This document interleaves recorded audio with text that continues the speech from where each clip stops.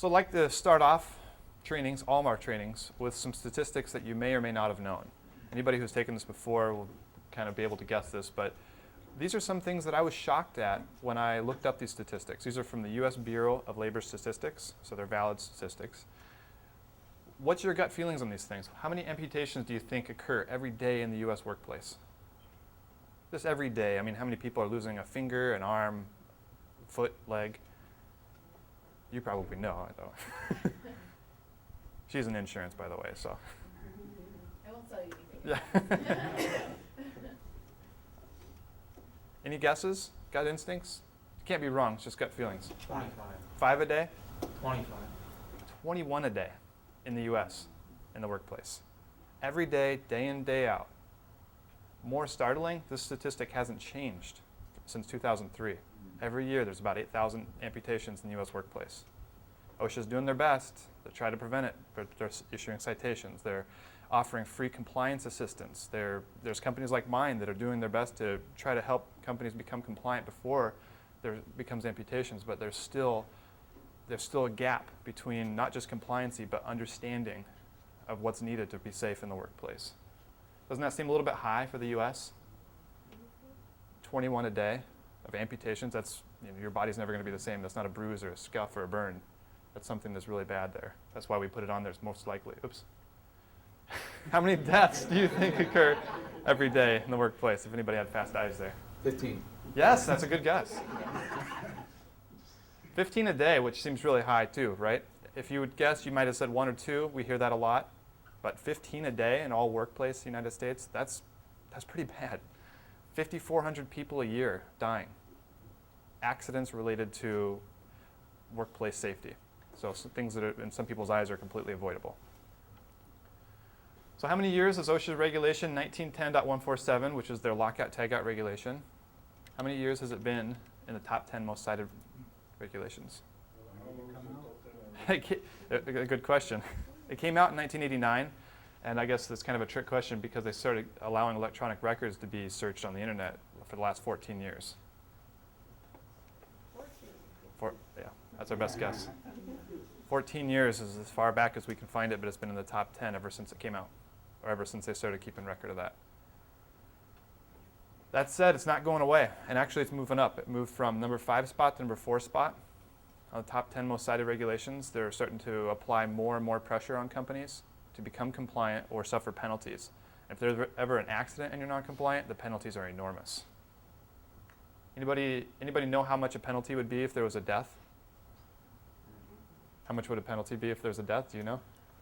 About? Maybe. Roughly $1 million.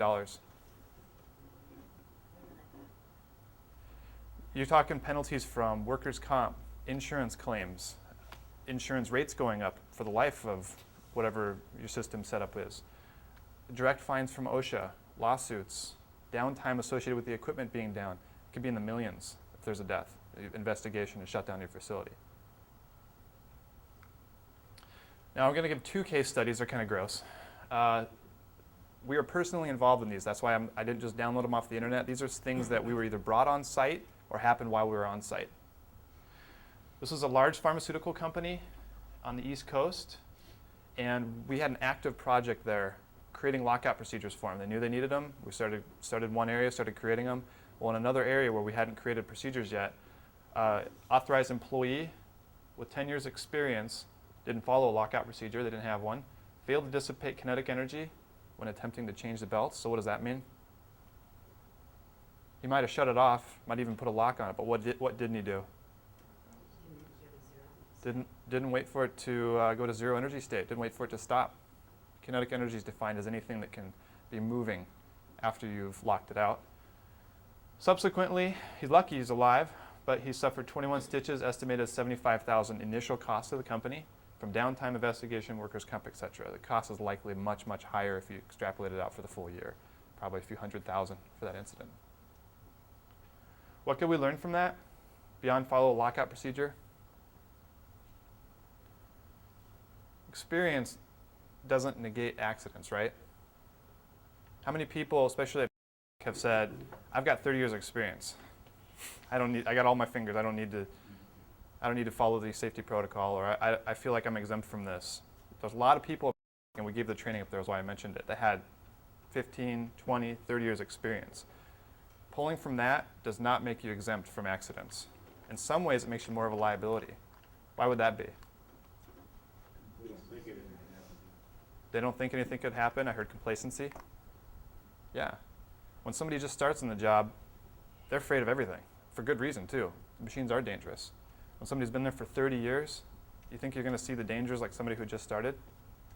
Probably not. And that's why when you have more experience, you have to keep yourself reminded that you have a higher liability, higher statistical average of being involved in accidents. And the fact that it's a common thing.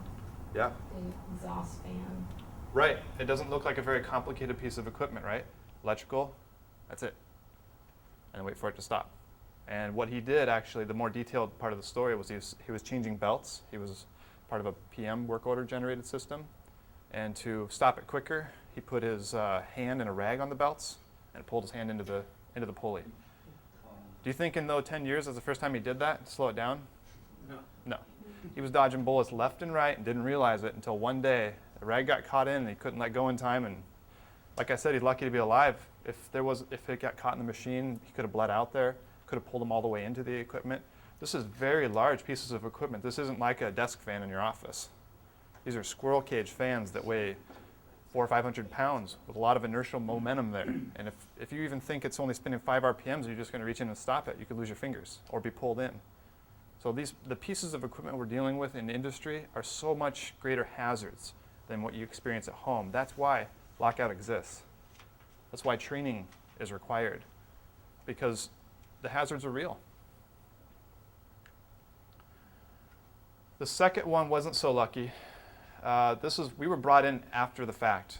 There was a problem. They had procedures. He didn't follow it. Look at the experience level there. He had 30 years experience. Failed to lock out electrical or potential energy. Subsequently, the 300-ton press collapsed in his upper body, crushing his head, causing death instantly.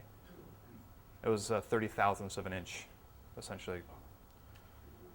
You don't think you want to imagine what that was like to be there when that happened, or to be the safety director and have to call his family and explain to him why he's dead.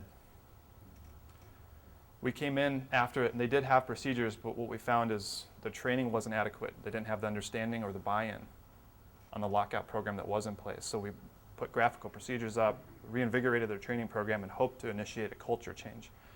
When you get a death in the facility, there's no faster way to get a culture change, real fast. In order for that to last, though, you have to couple it with training, making sure they have the tools they need to really be safe forever. So today's objectives. I said that I want you to understand the intent of the regulation by the end of today. With the intent, the full understanding of the intent, you can answer any questions dealing with lockout-tagout with your gut instinct. And then you can back it up with where it says it in the regulation or letters of intent. And that's true. If you really understand the intent, everything, all the regulations written around it, all the letters of interpretation support it, and there's hundreds and hundreds of pages of letter interpretation. People trying to get around the intent. You just can't. We're going to show you how to comply, what are the basic components you need, how to identify and control common energy sources, and lastly, how to write effective lockout-tagout procedures, because that's probably the hardest component to comply with lockout-tagout. Training can be purchased in a day. Locks and tags can be bought from a magazine. The lockout procedures, however, cannot be purchased without having an extreme amount of work, no matter who you have do it. If it's done in-house, or if you outsource it to a company like mine, it's a lot of manpower. We don't just go in and be like, oh, here's our proprietary software, just prints them all out for you. We use Microsoft Excel, and it takes a long time, bottom line. How long have we been doing work at Procter & Gamble? Several weeks now? and one of the reasons is we interact with you more. We allow for more input, and subsequently you get something in the end that you need. So it's a lot of manpower from internally and externally needed to get a program with lockout procedures in place. So this is the outline of what we're going to be looking at today. First subject is corporate policy and general safety. Then I mentioned we'll have a networking session. And that's where I'll give you a few questions to discuss in groups. Then we'll have a lockable energy source session, non-lockable energy source session, break for lunch, and depending on when lunch falls, might be before or after that. Then we'll do hands-on lockout demonstration on a machine we have in the back room. I'll show you how to use devices, some different scenarios when you use that. And lastly, we'll go over actual procedure creation techniques and evaluations, how to evaluate your program and audit it. So this is really everything you'll need to know to be compliant with Lockout-Tagout by the end of today.